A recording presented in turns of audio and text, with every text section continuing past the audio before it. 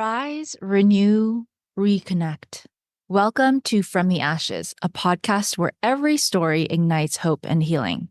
And the fire in the darkest night, the phoenix burns. It's ready for flight. Shadows may come, try to tear you apart, but you're the flame that ignites. All right, everyone, welcome back to From the Ashes. I am your host, Valerie Huang Beck, and today I have a wonderful guest with me. Her name is Dr. LouAnne Boyd, and she is an assistant professor in computer science at Chapman University.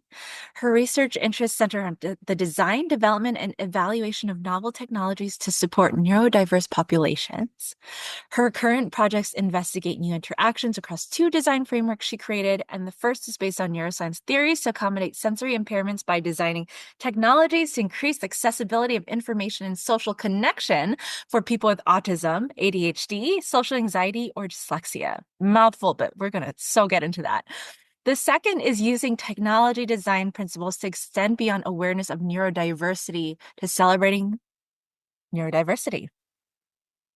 You ready for this? I'm ready. That is a mouthful. Let's break it down. All right. Welcome, Dr. LouAnne Boyd. Yay! Thank you so much, Val, for having me on here. I'm really excited to dig into this story. Yes. When I saw you speak at Speakers Institute the other week, I knew that I had to have you on. Your anecdotes and your experience really spoke to me. And I've been learning my own journey of how to find compassion for my more diverse audience, more diverse population in the world. And the more I learn about, just people, the more I realize we are living in very, very different lived experiences. So yeah, let's start off with that. Sure. So, Yeah. as you mentioned, I was a therapist before a computer science professor. So those are two different sides of your brain. So let's talk about how I hopped from one to the other. I was interested in psychology from a young age. My sister has disabilities. So I grew up kind of as the big sister protecting her and just being very compassionate and very sensitive to how people talked about people with disabilities. And so I majored in psychology in undergrad and went on to get a master's in counseling and worked at Hopkins at their behavior unit with kids and adults with developmental disabilities. And so I love this work. It's the kind of work where you either love or hate your job day one because it takes a lot of heart work. It's a very emotional work and it's not for everybody, but I absolutely loved it. And so I spent many years there working inpatient and then outpatient. And then had some things happen in my life, particularly a fire that burned my apartment to the ground. And so I took a moment back and said, where do I want to go next? And I felt like the universe was saying, you have no baggage. Literally, you have no bags. Mm-hmm. So go everywhere you want. So I moved from the East Coast, where Hopkins is in Baltimore, to the West Coast here in California. And I picked up doing the same kind of work I had been doing as an autism therapist. At this point, I was working in schools. I had worked in homes with children under 3, families that were recently diagnosed, kind of helping them navigate the space of dealing with a child that may not develop the way you expected or anticipated, and kind of how to get through that and not only survive it, but kind of how to thrive with this new adventure that you're on. And I did that work for about a decade, and then the coolest thing happened. I met a professor from University of California, Irvine, Dr. Jillian Hayes, and she was looking for classrooms where she could deploy technologies that she was building for kids with autism. So I was like, oh my gosh, autism technology, what is this? This is a whole new space. And so we started working on projects together. She would have PhD students and they'd make a new project for their PhD and they'd need places to deploy it, to test it out, to use it with actual users. And so I became somebody she would consult with to talk about like what designs might work here, or what do you think from your perspective as a clinical person? And so I fell in love with that work. And one day I found myself not feeling like I was growing anymore at my job. Kind of a couple things came crashing down at the same time for me. One was that I was kind of frustrated that I had been there a decade and I still wanted to grow and bring new technologies or new therapies kind of to the school districts. And I don't know if you've noticed, I talk a little fast, but I kind of work at this pace too. Uh-huh. People just didn't want to keep changing and growing at that rate. There was kind of like, you've given us enough. Let us digest what you've given us. And I was like, no, we can't stop now. There's so much to do. So kind of hitting I was kind of topping out at that job. Yeah. And then I was really excited about this new technology because technology obviously is a way to amplify anything we do as humans. It does it quicker, faster, more efficiently, and hopefully better. So I was kind of really curious and being pulled in that direction. And I also got diagnosed with rheumatoid arthritis Mm. at the same time. So my body kind of just came crashing down on me. And so it was that was kind of one of my hit rock bottom, kind of flaming out, kind of like I need to be doing something different. Clearly, in many different ways, my body's telling me to like start over. And so that was the time where I kind of made the leap and quit my job despite my husband's feelings about it, who now is an ex-husband. Uh, mm. I knew it was a path was meant to go down. So I started a PhD late in life in computer science, which is very different from psychology. But the area of computer science that I study, human computer interaction, actually overlaps with psychology quite a bit. Mhm. So I can bring kind of this 23-year career kind of into this space. And the woman I was working with, who became my advisor, Jillian, she she also did her dissertation on tech for autism. So she was very interested in my expertise because generally when you're a computer scientist, you have to go out and find an expert or someone with a lived experience and kind of like interview them and learn from them what to put into your design. But I was like, my own expert. I could learn the technology piece, but bring my own expertise and we wouldn't have to kind of outsource that. I could kind of Yeah. serve that role. So that was super cool. So I had recently, right before that, written a book about social skills for kids with autism. Okay. And my dissertation was going to be like, let's build these things that I actually just made mental models out of. That's how I made the initial leap. Amazing. So I have so many questions for you, but I think the first one that I want to start with is centered more around the heart space of all of this because you have done so much work in this area and I can tell. And I have heard bits and pieces of your story before. I would love to dig into one of those. If you could tell the audience something that motivated you from that heart space, something that you witness as a autism therapist that really has driven the work that you do today. Yeah. So one of the things I think why, like why autism? And I think I talked about having that sister and being compassionate that way. But what I was finding in classrooms, and I was still in the therapist space, were a lot of these kids that had Asperger's syndrome, what it was called in that day, were really excluded and bullied by their peers. And nobody had an understanding because they weren't presenting like a severely disabled person. Yet society definitely was not reading their cues the way they were experiencing the world. And there's kind of this gap. And I could see through the gap. I could see where they were coming from and be like, wow, it's really not fair that people aren't understanding you. But at the same time, we've got to kind of meet in the middle some way. And so, I had so many experiences where kids were getting bullied or even getting expelled for behaviors that were just kind of self-defense. And it Mhm. was breaking my heart. And, it kills me. I don't quite know why it touches me so much, but I think it's just that the big sister in me. Yeah. One of the things that really struck me in when you talked was you talked about the suicide rate, and I want you to just uh, tell the audience a little bit about that. And along with that, I have the question of like, I don't know if autism is over or underdiagnosed because I feel like there's a stigma around it and they don't want the diagnosis. Yeah. And that can really work against being able to help people. So can you just talk about some of that as well?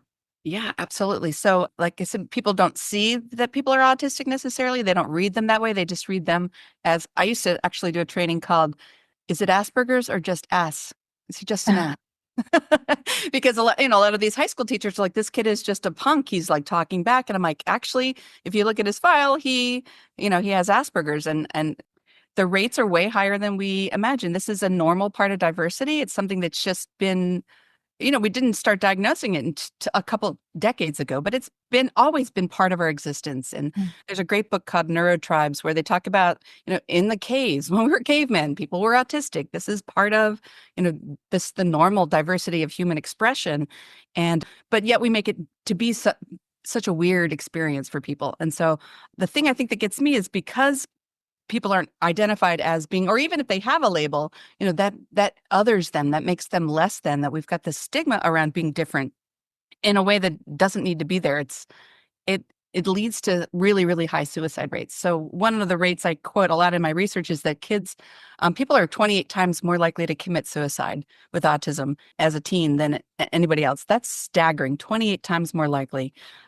And actually, people with autism are often more successful at committing suicide, not just attempts at suicide. So it's really kind of this desperate loneliness outsider experience. And there's just the human in me just connects with that. Like that does not need to be. This is completely a misunderstanding. So knowing that these rates are just staggering, and they don't need to be there. And it's really about our own acceptance. It's about belonging. And these folks spend a lifetime trying to fit in. And that's just the wrong agenda, that there should be this way to be, and that's the only way to be. And anyway, so I've decided this is my life's purpose, is to change that and to change that messaging, and starting with awareness, like people Yeah. just being even aware that might be what's going on with your peer. Maybe he isn't an ass, maybe he has Asperger's, or maybe he's both. I'm not excusing all behavior, but I just think there's a lot of miscommunication, and it's not helping us as a society to not address it. Yeah.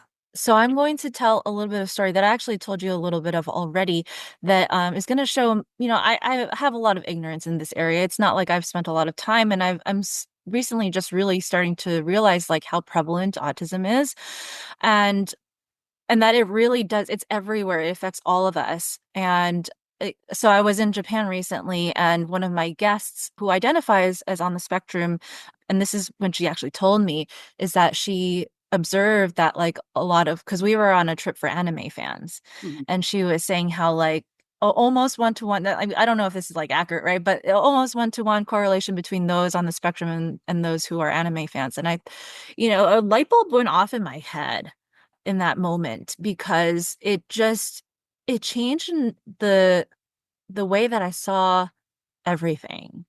And not in a way of like, oh, all of a sudden I'm around people that are not like me, but it's like, oh, all of a sudden I'm around, like there are people around me who may be dealing with difficulties that I can't see. Yeah. Yeah. And it reminds me, and always I have to remind myself that people are living with their own struggle. And with autism, this is my opinion, but I feel like it can be very difficult because social norms are so strong. And when we can't follow them, society's particularly harsh. Yes, yes, and particularly in Japan. Mhm. Yeah, as a communal society, that's really really, really important there. I only bring it up because I think I mentioned when we met that I recently did a symposium in Japan called Celebrating Neurodiversity. And the idea there was to bring some awareness about the autistic experience there, because the stigma is even higher. And so the rates I talk about here about suicide are even worse there. Mhm. And there's a lot less services there because they're just getting started. And so, and not that people don't have access, but generally there isn't a system to kind of support people. And so understanding, like, why are we this way? Why are we having to like exclude people just because they think differently? Like, actually thinking differently is wonderful, and it will actually secure our survival. So why are we shunning these people? And I think historically it comes from a place of just like, oh, that's different for me, therefore it must be bad. And kind of looking back and thinking of autism the same way we think about other identities that are different than ours. I mean, we've got a long history of racism. We have a long history of sexism. And now we have this history, the awareness of ableism, like just Mhm. being different from other people is okay. And even using the word normal, like that is a made up idea, right? That Yeah. nothing is normal. It's just average. And when did average ever become great? Like, should we Right. be above it? Like, why is that so good? So yeah, I think there's just so much work to do on so many levels. I'm so excited to get the word out about how to make it take off so that we can change these perceptions. Yeah, so tell me a little bit about how your approach well, one, how did you start off, right, as an autism therapist without the technology part in it yet? And then how did that evolve once you started integrating the technology? So as an autism therapist, I was a behavior therapist. So there is learning science behind that. So it's very much back to B.F. Skinner. Like, here's how we learn. Learning science says, things happen in our environment. We make a record of it. We change our behavior based on the consequences. So we've got, so I use a lot of those therapies, and that's how we all learn. So they can be successful to a degree. But what I realized really early on, especially working with under 3-year-olds, is that, autism isn't a learning thing. Mm. And that's like, wait a minute, what? It's not a behavior disorder. It's actually a sensory disorder. It starts with like the input of information. So here we're like asking people to behave a certain way and follow social norms and all this higher processing stuff when the input is different, or the sensitivity to that input is different. And that's a game changer. So early on as a behavior therapist, I co-treated with occupational therapists and speech language pathologists who already got this. It was really the behaviorists, I think, that are late to the party in terms of understanding, like, if you can help somebody regulate and be in their body and be calm, you're going to get a lot more success. I mean, that is basic wellness, right? Yeah. And that is not the approach in some of these therapies. And so, or at least it wasn't, 20 years ago when I was a therapist, or a beginning therapist anyway. So then you bring technology into it, and this is where it gets scary. I was attracted to technology because the promise of making things better, like exponentially. Oh, you can't afford therapy? Maybe we can do something digitally, like Mm. the access to support. But also the chances that we're going to amplify the harms of it. If we're still assuming you're supposed to behave a certain way, and now we have Mm. you don't even have a human there with a heart that can mediate and use their self to kind of read when you're not quite ready, and kind of, all the things I did as a human, the potential of this to take off and to replace humans got really, really scary. And so that's kind of where I started to double down and make sure, I wrote a second book that's about making designers of technology aware of these sensory issues in autism and other neurodivergences, to make sure that they start at that place, that you're like, check the input before you're having these expectations of output.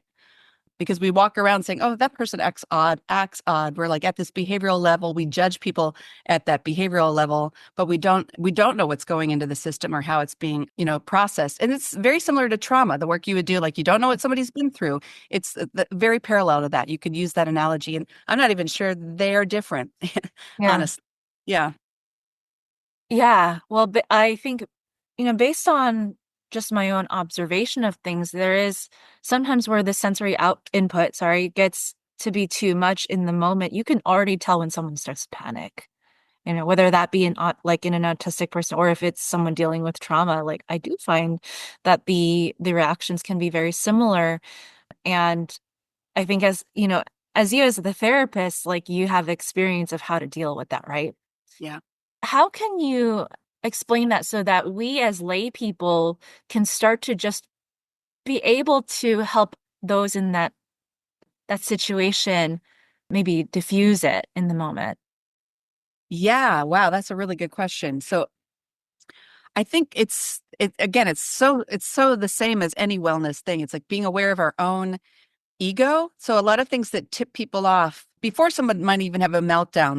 That's one situation. If they're just in a sensory overwhelmed situation on their own, like the environment's too loud, or the lights are flickering, or there's, something sensorially going on, people are already doing things to manage that. But what I find the most interesting is when they're interacting with people and the people are making it worse. Mm. Somebody says something and they're trying to regulate their own comfort, or even maybe their own understanding. They're asking for additional information, and the way they ask is unexpected, and it sets off the person. Like, I don't like your tone, or, that was rude the way you said that, or why are you rocking? Like, that looks odd. Like, we're reading it from our own perspective, and we're judging it, and we're, and it's really just a reflection of where we are as a person. Like, do I feel solid enough in me that that person can be them, and it doesn't matter if I'm having a conversation in public and this person is rocking, because that's what they need to do to regulate. It's not a reflection of me. So much of it is like about just checking our own ego. Mm. That's a hard message to tell people. Like, they're like, hey, I want to get better at this. And you're like, hey, check your ego. Like, it's like, it's really, really tricky. And I haven't quite figured out how to deliver it without just using humor, really. Like, have you ever found yourself being, are you the jerk in the room? Basically, like, so that's kind of, I find, like, people are afraid to enter environments because they can't predict how another human's going to react to them. And then I think checking in with people to see if they're doing all right, like, something might be overwhelming. I mean, like you said, you can usually read somebody's body language and be like, wow, this must be overwhelming for you. But, inviting people to kind of move through life at their pace and just check and being okay with that and not having our own expectations. I find like the worst situations are our expectations of other people. Yeah, yeah. And I think checking in with that with yourself, because like, even growing up, I remember just my mom would sometimes say, like, why are you reacting in that way? And it feels super disempowering when someone questions your own reaction to things. Because like you don't necessarily have it's not like you're trying to be difficult, right? And so like I think we've all experienced that to some extent of someone else being like, well, why are you doing it this way? Yes. Yeah. Yes. Yeah. And how we shut down, that judgment just shuts us down. And then it's just a nightmare that's just a crumble from there. So I feel like when you get hit with that, when you have that instinct to be like, why are you acting that way? Like that thing that kind of ticks you off. Like to me, that's a trigger. If like some other human is making you feel that uncomfortable, whoa, wait, stop. That is obviously our own trigger, but then maybe stopping to think maybe something's going on with them. Maybe they're wired a little bit differently. I used this example just with my friend on a hike this morning. We were talking about somebody at her work that said something really rude to her. And she was like, after like the fourth or fifth thing he said, it actually started to cross my mind. Maybe he's on the spectrum. And I said, you know what, if we thought about it like, say you were doing surgery with somebody and they're handing you implements to do the thing and you're not quite looking at them and they keep handing them to you the wrong hand. And you're like, why are you doing that? Why are you being so annoying? I'm left-handed. And it's like just being able to say, you're wired a little differently. Like I function better with my left hand than my right hand. Why are you giving me this thing? Like just that little shift. Like it's not a big deal to be left-handed anymore, right? Mhm. When I was little, they didn't make the scissors, but now they make the scissors and all the things. And so I think it's that shift of like, wait, why am I getting annoyed? If we can just recognize this is we're just talking two different little languages, we can quickly kind of accommodate and regulate with each other. And then it doesn't have to be a thing at Yeah, all. It's like a simple shift. totally. And it takes a while, I think, for us as humans to catch up, right, over history of like adapting to the people who are different.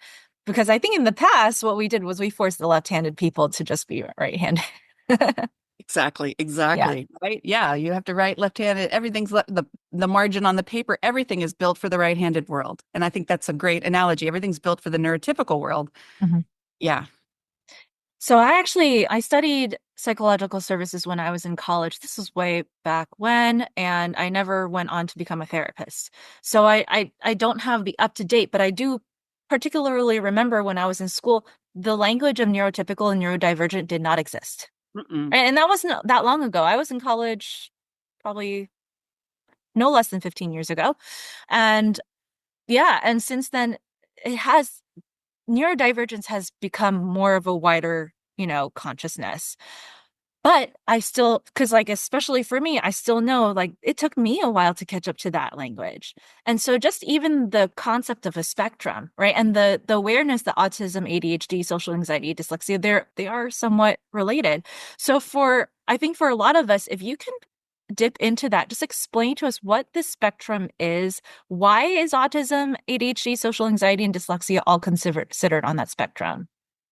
Wow, that is $1 million question. Great question. So yeah, we had this thing called the neurodiversity movement happen in the 90s. And so I parallel this because I've been around for many DSM books, the Diagnostic Statistical Manual. Like I started with the third edition. I'm an old lady. And now we're like in the fifth edition. Back then, it was just autism spectrum. Actually, it was just autistic disorder. So we didn't have a spectrum yet, realizing it wasn't always this severe end or kids that had multiple handicaps or disabilities, impairments, speech issues, maybe motor issues, like a whole host of things going on that anybody would recognize this person as having a disability. There was that. But at the same time, there was also my first DSM also being gay was in there as a disorder. Mm. So it was like, and so at that time, at the gay rights movement started, and people were like, this is not a disorder, this is just a difference. Sort of the neurodiversity movement rode on the back of that. And it's kind of been behind that all along. It hasn't really gotten to the foreground yet. But the idea of like, yes, disability is actually normal. It is actually part of diversity. It's actually part of the experience. It doesn't have to be less than, it doesn't have to be other, it doesn't have to be strange or weird or all the things we say about folks that have different sexual preferences or people that are different colors, like all the diversity that we have, this is just another form of that diversity. So why all those different disorders? I think disorders, we've got this idea that there's this normal average in the middle kind of thing. And these are wirings that are just fall outside of those norms. And so norms are just also made up numbers. Like it's Mhm. just, it falls outside of the 50%. Or if you want to do two standard deviations, it's just that these ways of wiring are different enough. So you could almost consider anything neurodivergent if it's not the typical way of doing something. So say we measure reflexes and it takes, however many milliseconds to do some reflex and somebody does it slower or faster. The reflex comes from a neuron. Everything comes from a neuron that we do. So kind of anything you don't do in an average way can be considered divergent.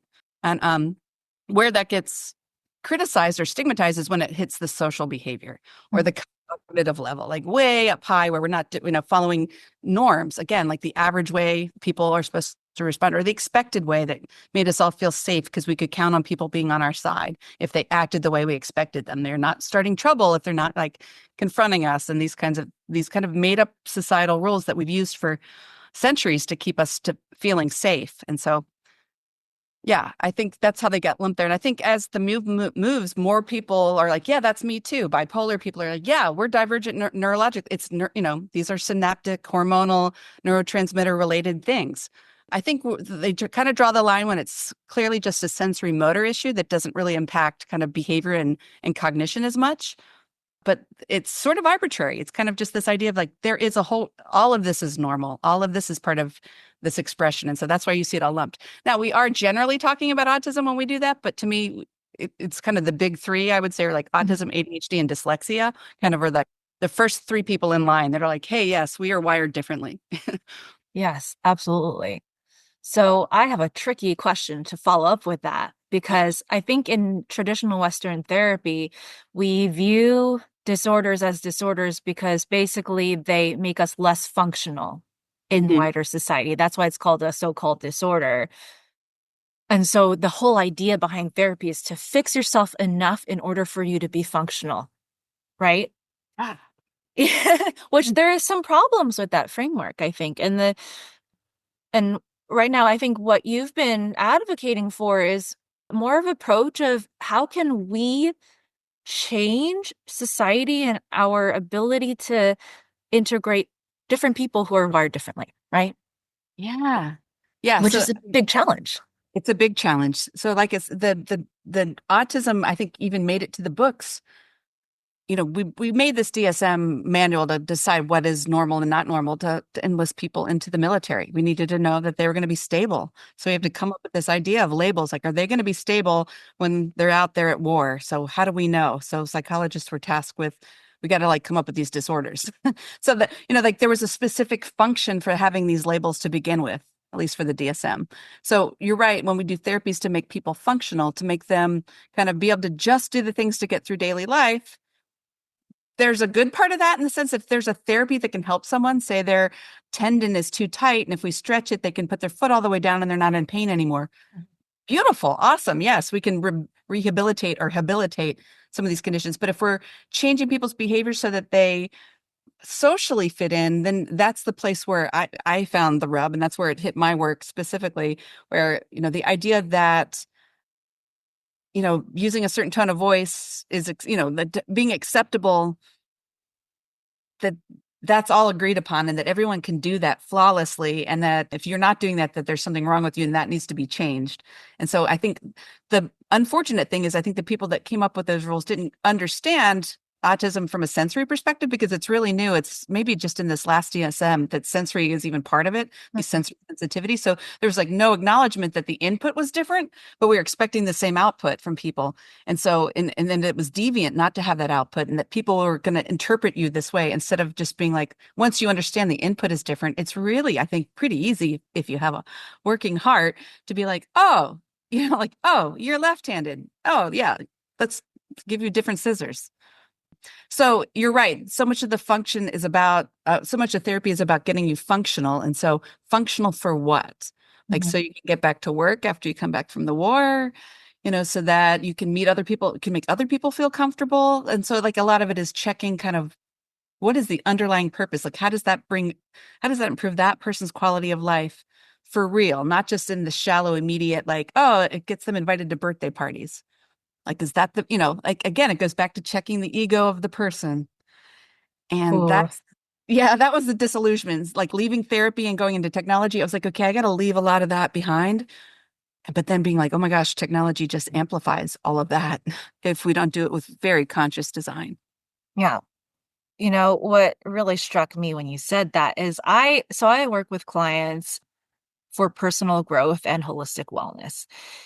And one of the things I often say to people is that your greatest strengths are also your greatest weaknesses.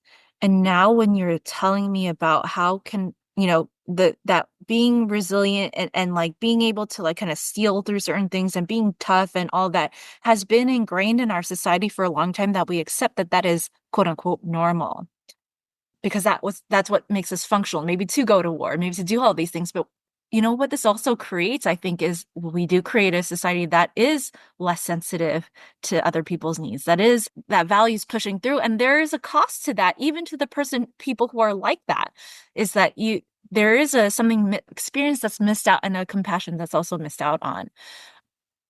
So it's really interesting to see it from that systemic perspective.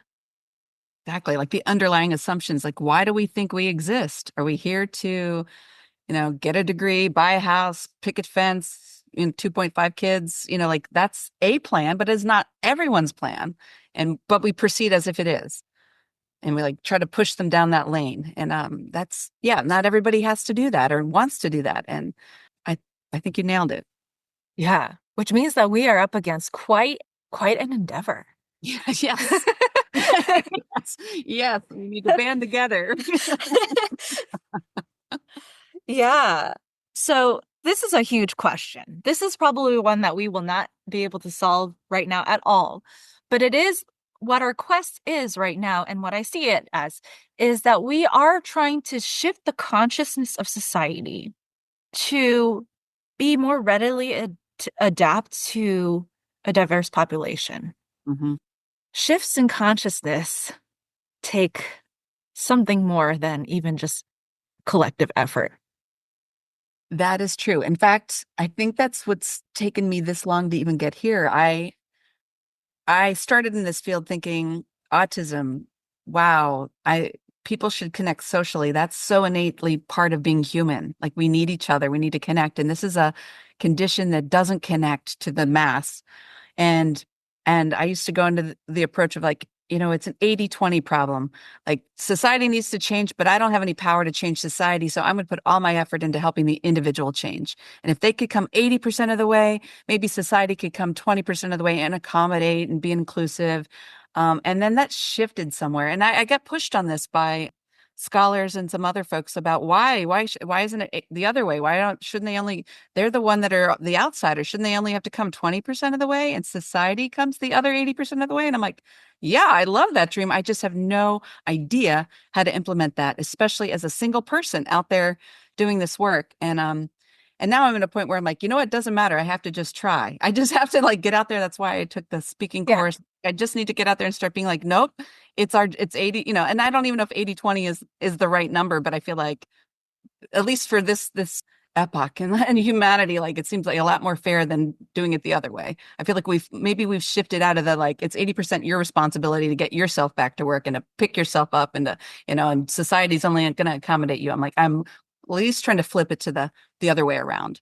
That the individual can be who they are and maybe needs to put in a little effort, that we can all grow, but that society has to do most of the growing in this space.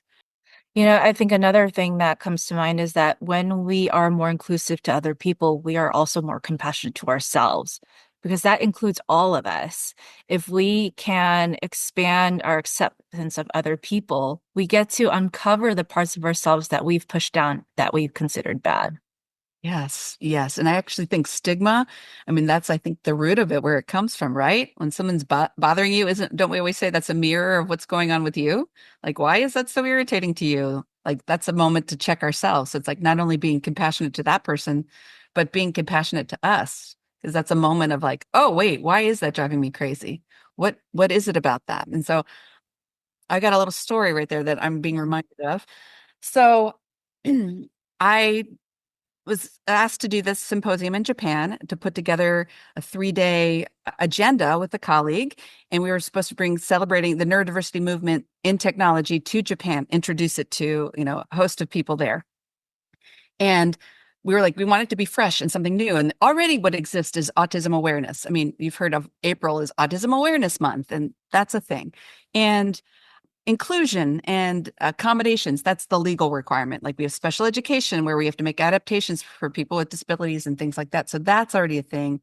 And then I kept getting stuck on this idea of acceptance. Like just because, someone's different, do you actually accept it? Like maybe you've allowed them into the movie theater and you've given them a seat, but are you really actually okay with that? Like that's a bit of work I feel like we have not really, we've kind of glossed over. And so I feel like there's a space to do that. There is a lot of advocacy going on, groups that'll go out there and fight for equal rights or, awareness, and that work's important. But I felt like all of that exists. What am I going to bring to Japan that's new and fresh? The acceptance piece was a big part of it, but I'm like, how do I even elevate that once? What is ultimately the point? And I actually asked a colleague of mine, and he jokingly said we should celebrate autism. We should and there already is this celebration, but usually it's just those things I mentioned, kind of being inclusive, meaning inviting somebody in, but that doesn't mean you're necessarily accepting them, or maybe accepting them, but really to celebrate this, like that seemed sort of absurd in the way he said it.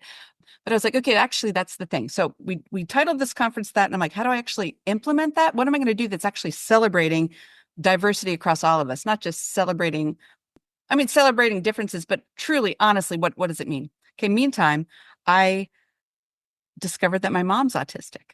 And this is the big aha moment, like, oh my gosh, like, and then that moment she was actually driving me crazy because she has alexithymia, like an inability. And this is all recently learned for me, where she doesn't recognize or articulate her own emotions. Mm. She's never given me a hug.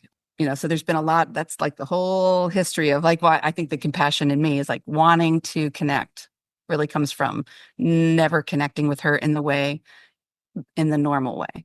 So here I am. I'm going to promote this celebrating technology in Japan, but I'm literally kind of repulsed by the way my mother treats me. And then having this realization that she's on the spectrum. She isn't going to do it the way I expected to, no matter how much I want her to. She's never going to give me the love I want, the way I want it, the way I expect it, the way society's told me I'm supposed to get it. She loves me in her own way, the best she can. And so that was the biggest, like, oh my God, like sometimes celebrating, like now what can I celebrate different things about her, but doesn't mean I don't have these other challenges. But that looking back at me, like that was that moment of like, I need to look at me. My expectation is this of her. And that's the wound in me. And so I feel like when we are repulsed or annoyed or disgusted by someone's behavior, like literally she'll do things that seem so cold and calculated and like just stabbing. And then like having this awareness of why it's coming that way. And then also reflecting why I need it. That is that inner work that I think being able to appreciate, wow, that is a very different wiring than mine. And I think it's here to teach us something. Wow, that is really beautiful. Thank you for sharing that. And I think that really hits the nail on the head. I have to process that a little bit. No, I sort of have these out of body moments where I just talk and I'm like, I don't know really what I'm saying, except I'm just saying it because it's kind of just like these experiences. They're here to teach us. So changing all of humanity. Like I think it starts with one story at a time and sharing the stories through things like your podcast. Yeah. And I think just like knowing that everyone does have their own way of showing love and care can be huge, and that you don't have to have it a certain way. Right? Yeah. Yeah. We're so bent on it being the way that we want it to be. Exactly. Yes. Yes. And interpreting it a certain way, Uh-huh. Yeah. Like just all of it goes back to us and our ego and our expectation and our understanding. And so like I think your initial question was something along the lines of like, it starts with seeing it in yourself and recognize, so it's like celebrating, like really appreciating that she can be that way instead of writing her off as a bad mom, which I did for decades, appreciating like, you know what?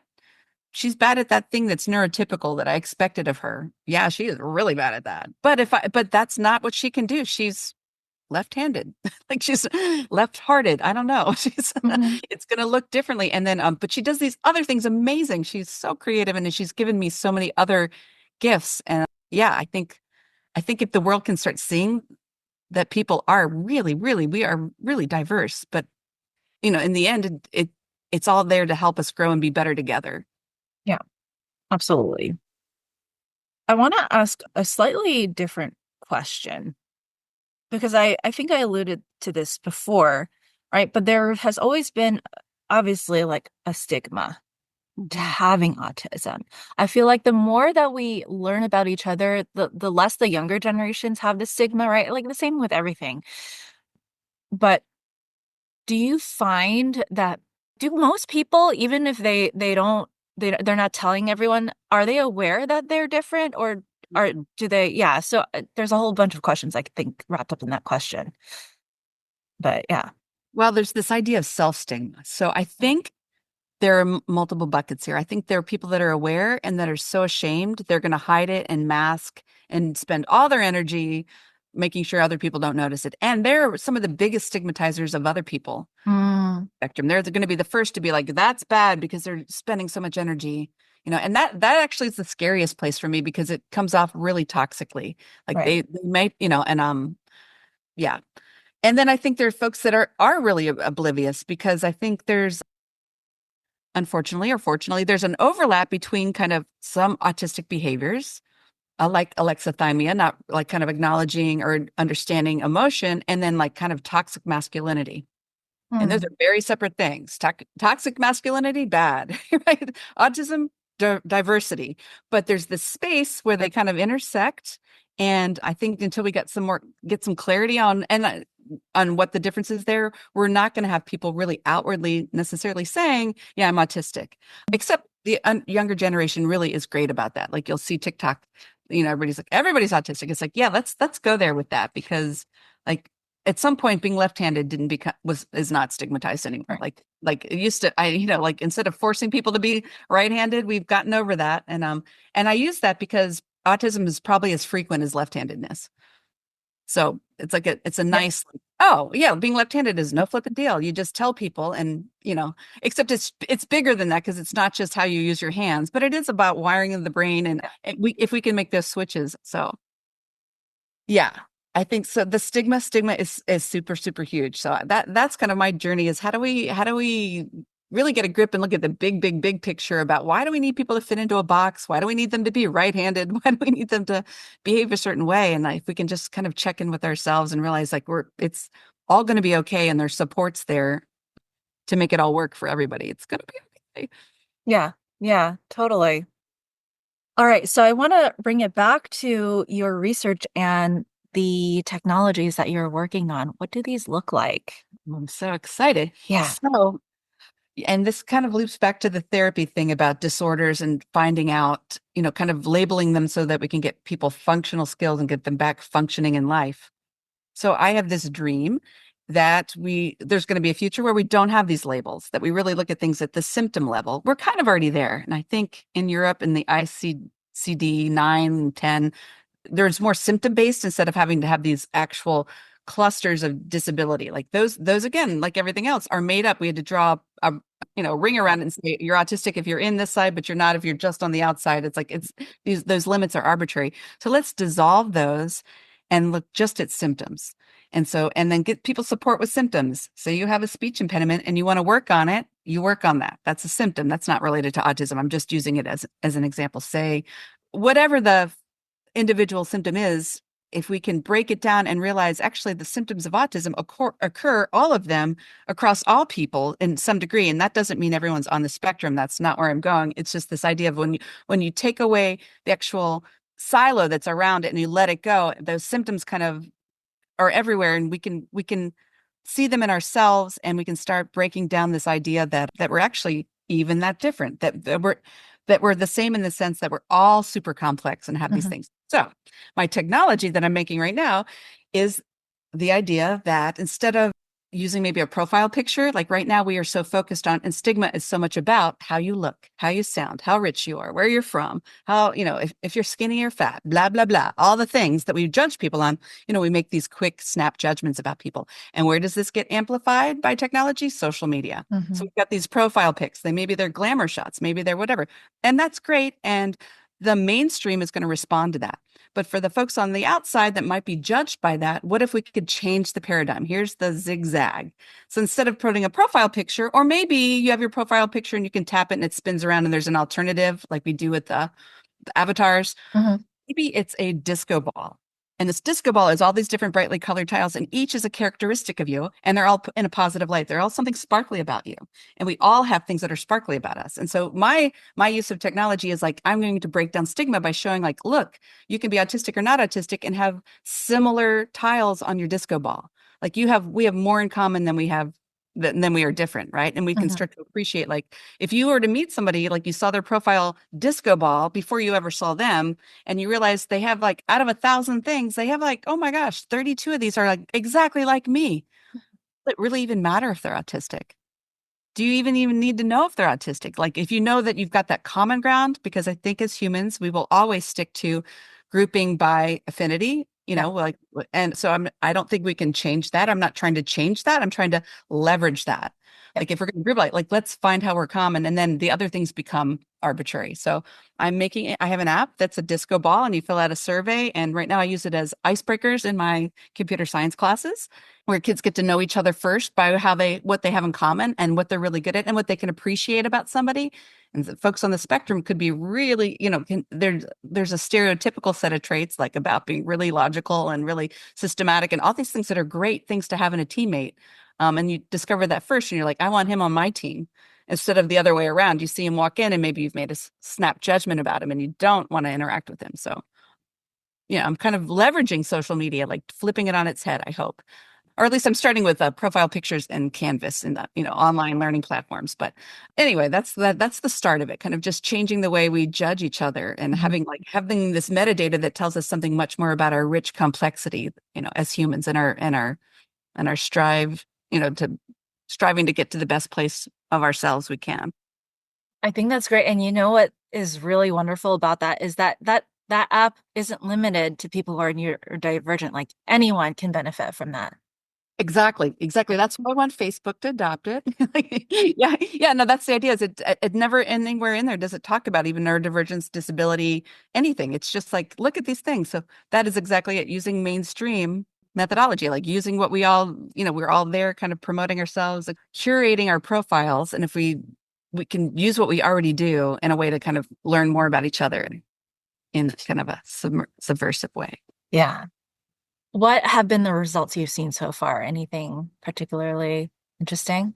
Yeah, I think I've only been doing it for a year, so it's a brand new paradigm that I've just put together. And only thing I've learned so far is that in computer science settings, when we do group work, which we do a lot of, or at least I do that in my classrooms, and I'd say maybe a little more than half students are introverted. Introversion, extroversion, another thing that we tend to prioritize, privilege extroverts, right? We're kind of set up that way. I came from the psychology world, mostly extroverted people, mostly women, and then I go into an introverted world, mostly male. So I've like done a lot of this paradigm shifting and being like, wait, in this world, we don't really privilege being extroverted, except for when you're in a small group and someone has to present. Hmm. So a lot of computer science classes I have found there's not necessarily a lot of group work or presentations because it's a lot of math or it's coding and it's very independent things or very things that can be delivered not in a verbal way. But I purposely do a lot of these combinations. So what I found so far is that nobody seems to care if somebody's autistic or not. They just want to make sure there's one extrovert in their group, like someone to do the project. Like we want one of those. So that extrovert could or could not be autistic. In fact, it's probably split half and half.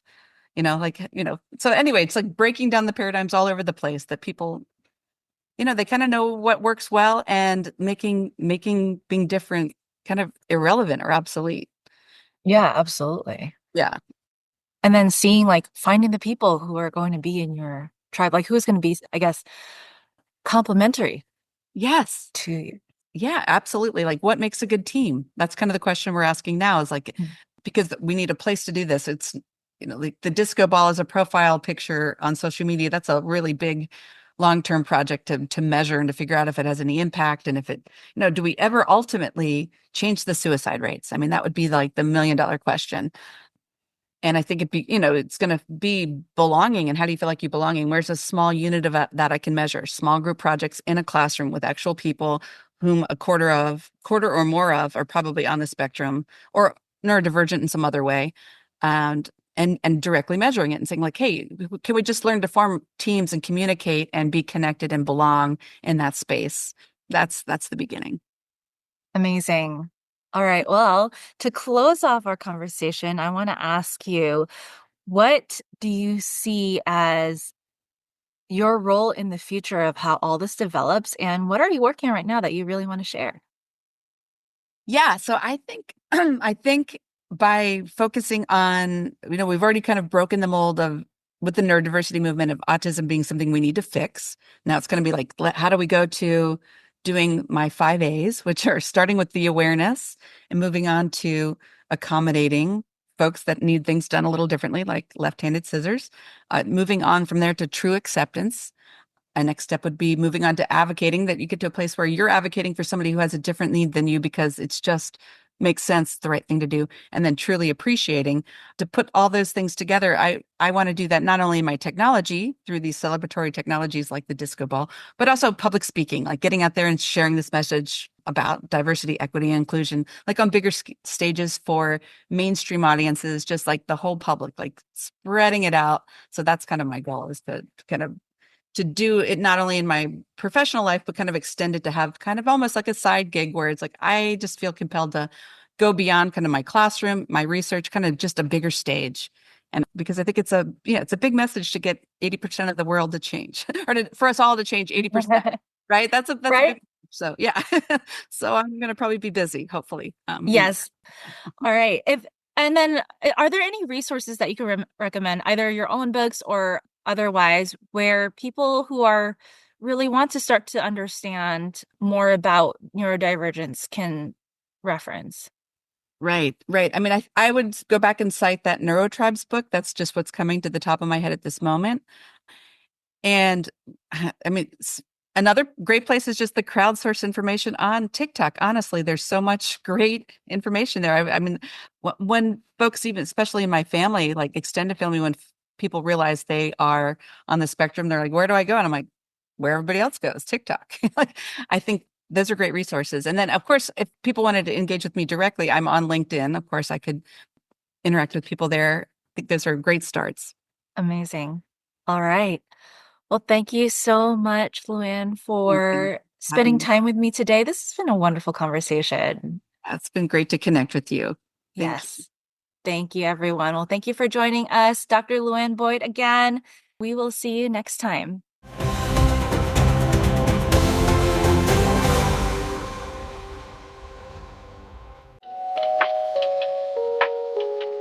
Hey listeners, if you're enjoying the stories and insights from the Ashes, why not stay connected with our community? Join my mailing list for bi-weekly updates on upcoming events, wellness tips, fun tidbits, and of course, new podcast episodes. I promise no spam, just valuable content to help you live your best life. Head over to www.intrepidwellness.life and sign up today. Don't miss out, and let's keep the conversation going.